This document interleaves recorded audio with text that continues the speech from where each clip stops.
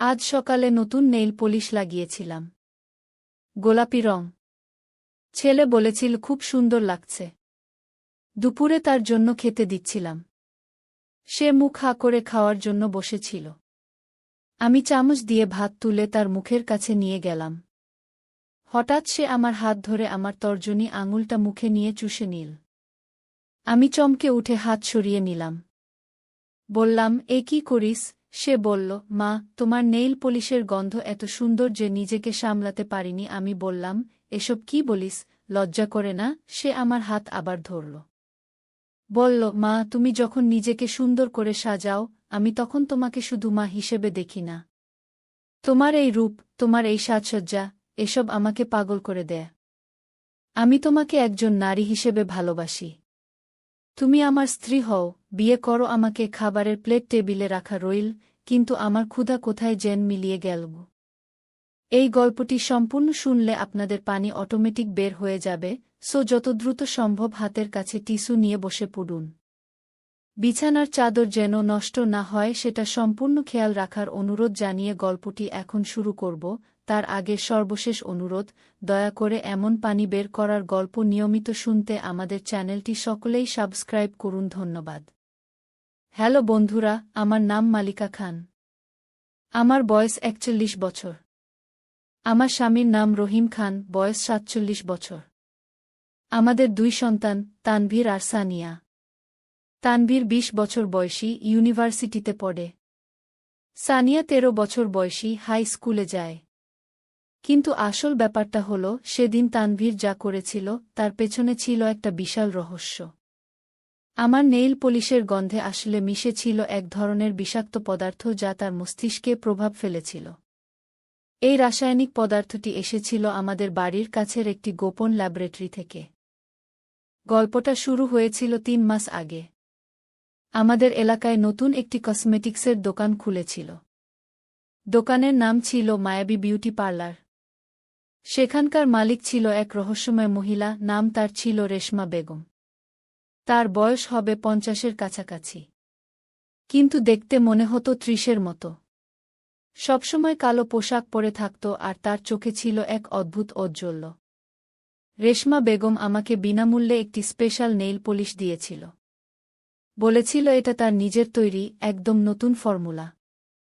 আমি প্রথমে সন্দেহ করেছিলাম, কিন্তু পরে ভেবেছিলাম বিনামূল্যের জিনিস তো ক্ষতি কি। কিন্তু সেটাই ছিল আমার সবচেয়ে বড় ভুল। যেদিন তানভীর আমার আঙুল চুষেছিল সেদিনই আমি বুঝতে পেরেছিলাম কিছু একটা গণ্ডগোল আছে। তানভীর সারাদিন অদ্ভুত আচরণ করছিল। কখনো হাসছিল অযথা, কখনো একা একা কথা বলছিল, কখনো আবার দেয়ালের দিকে তাকিয়ে থাকত। সন্ধেবেলায় তানভীর আমার কাছে এসে বলল, মা, আমার মাথায় অদ্ভুত সব ছবি আসছে।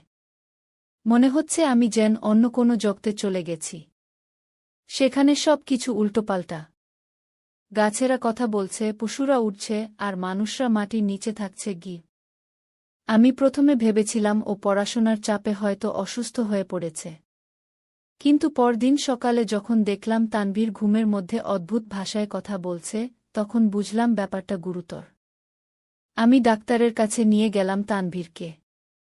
ডাক্তার পরীক্ষা করে বললেন, আপনার ছেলের রক্তে এক ধরনের অজানা রাসায়নিক পদার্থ পাওয়া গেছে।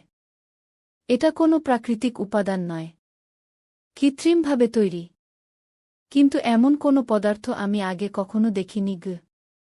ডাক্তারের কথা শুনে আমার মাথায় বাজ পড়ল। হঠাৎ করে মনে পড়ল রেশমা বেগমের কথা আর সেই স্পেশাল নেইল পলিশের কথা। আমি দৌড়ে বাড়িতে এসে নেইল পলিশের বোতলটা নিয়ে একটা ল্যাবে পরীক্ষা করাতে দিলাম। ৩ দিন পর রিপোর্ট পেলাম।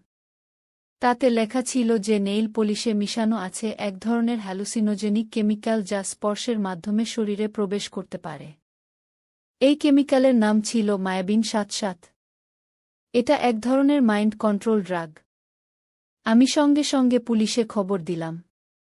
কিন্তু যখন পুলিশ গিয়ে দেখল মায়াবী বিউটি পার্লার তখন সম্পূর্ণ খালি। রেশমা বেগম কোথায় যেন উধাও হয়ে গেছে।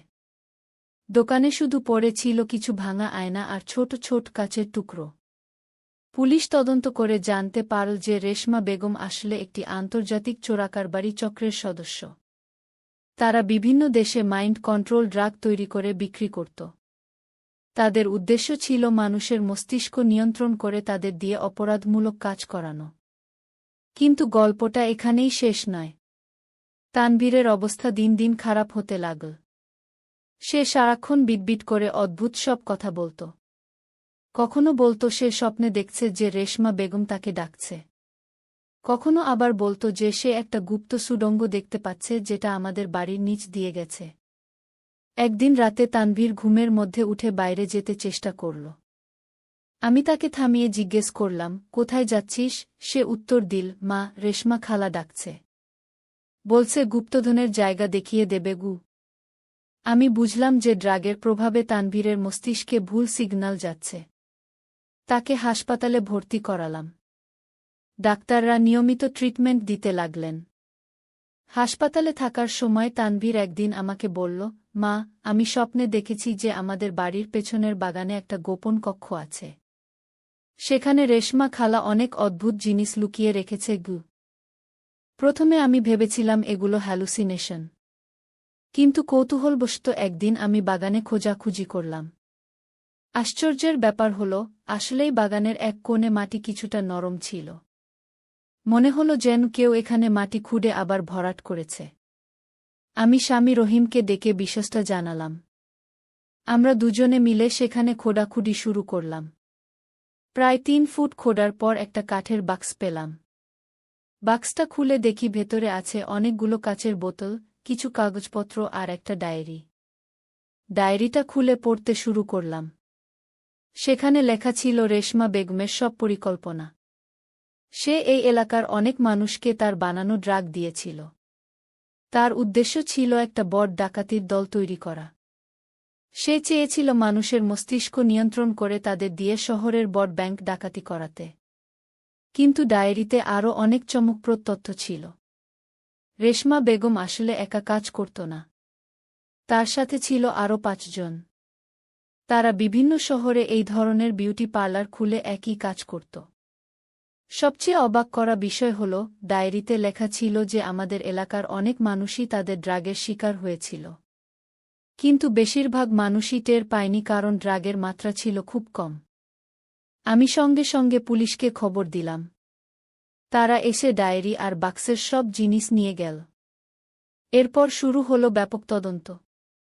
তদন্তে বেরিয়ে এলো যে রেশমা বেগমের দল শুধু আমাদের শহরেই নয়, সারা দেশের বিভিন্ন জায়গায় এই কাজ করেছে। তারা হাজার হাজার মানুষকে তাদের ড্রাগ দিয়েছে। কিন্তু সৌভাগ্যের বিষয় হল, বেশিরভাগ ক্ষেত্রেই ড্রাগের প্রভাব স্থায়ী হয়নি। পুলিশ আরও জানতে পারল যে এই ধরনের ড্রাগ তৈরির কারখানা ছিল শহর থেকে 50 কিলোমিটার দূরে একটা পরিত্যক্ত ইটভাটায়। সেখানে গিয়ে পুলিশ বিপুল পরিমাণ কেমিক্যাল আর যন্ত্রপাতি উদ্ধার করল। কিন্তু রেশমা বেগম আর তার দলের খোঁজ পাওয়া গেল না। তারা সবাই যেন মাটিতে মিশে গেছে। এদিকে তানভীরের অবস্থার ধীরে ধীরে উন্নতি হচ্ছিল। ডাক্তাররা বলেছিলেন যে নিয়মিত ট্রিটমেন্টের ফলে ড্রাগের প্রভাব কমে যাচ্ছে। তবে সম্পূর্ণ সুস্থ হতে আরও কয়েক মাস সময় লাগবে। একদিন তানভীর হাসপাতাল থেকে বাড়ি এলো। সে অনেকটাই ভালো হয়ে গেছে। কিন্তু মাঝে মাঝে এখনও অদ্ভুত স্বপ্ন দেখে। স্বপ্নে সে দেখে যে রেশমা বেগম তাকে ফিরে আসার জন্য ডাকছে। একদিন রাতে তানভীর আমাকে জাগিয়ে বলল, মা, আমি স্বপ্নে দেখলাম যে রেশমা খালা আর তার দল একটা বড় শহরে গিয়েছে। সেখানে তারা আবার নতুন করে কাজ শুরু করেছে গি। আমি তানভীরের কথা পুলিশকে জানালাম। পুলিশ বলল যে তারা তদন্ত করে দেখবে। কিন্তু এই ধরনের ড্রাগের প্রভাবে যে স্বপ্ন দেখা যায় সেগুলো সবসময় সত্যি হয় না। কিন্তু আশ্চর্যের বিষয় হল, 2 সপ্তাহ পর সংবাদপত্রে দেখলাম যে ঢাকায় একটা বিউটি পার্লারে পুলিশের অভিযান চালানো হয়েছে। সেখানে উদ্ধার করা হয়েছে বিপুল পরিমাণ নকল প্রসাধনী আর মাদক। কিন্তু অপরাধীরা পালিয়ে গেছে। এই খবরে আমি বুঝলাম যে তানভীরের স্বপ্ন হয়তো পুরোপুরি মিথ্যা নয়। ড্রাগের প্রভাবে তার মস্তিষ্কে যে সিগন্যাল যাচ্ছে সেটা হয়তো রেশমা বেগমের সাথে কোনোভাবে যুক্ত। আমি এই বিষয়ে একজন মনোবিজ্ঞানীর সাথে কথা বললাম। তিনি বললেন, এই ধরনের মাইন্ড কন্ট্রোল ড্রাগ এমনভাবে কাজ করে যে এটা মস্তিষ্কে এক ধরনের রিসিভার তৈরি করে। যারা এই ড্রাগ তৈরি করে তারা চাইলে দূর থেকেও সেই রিসিভারে সিগন্যাল পাঠাতে পারে। এই কথা শুনে আমার আরও ভয় হল।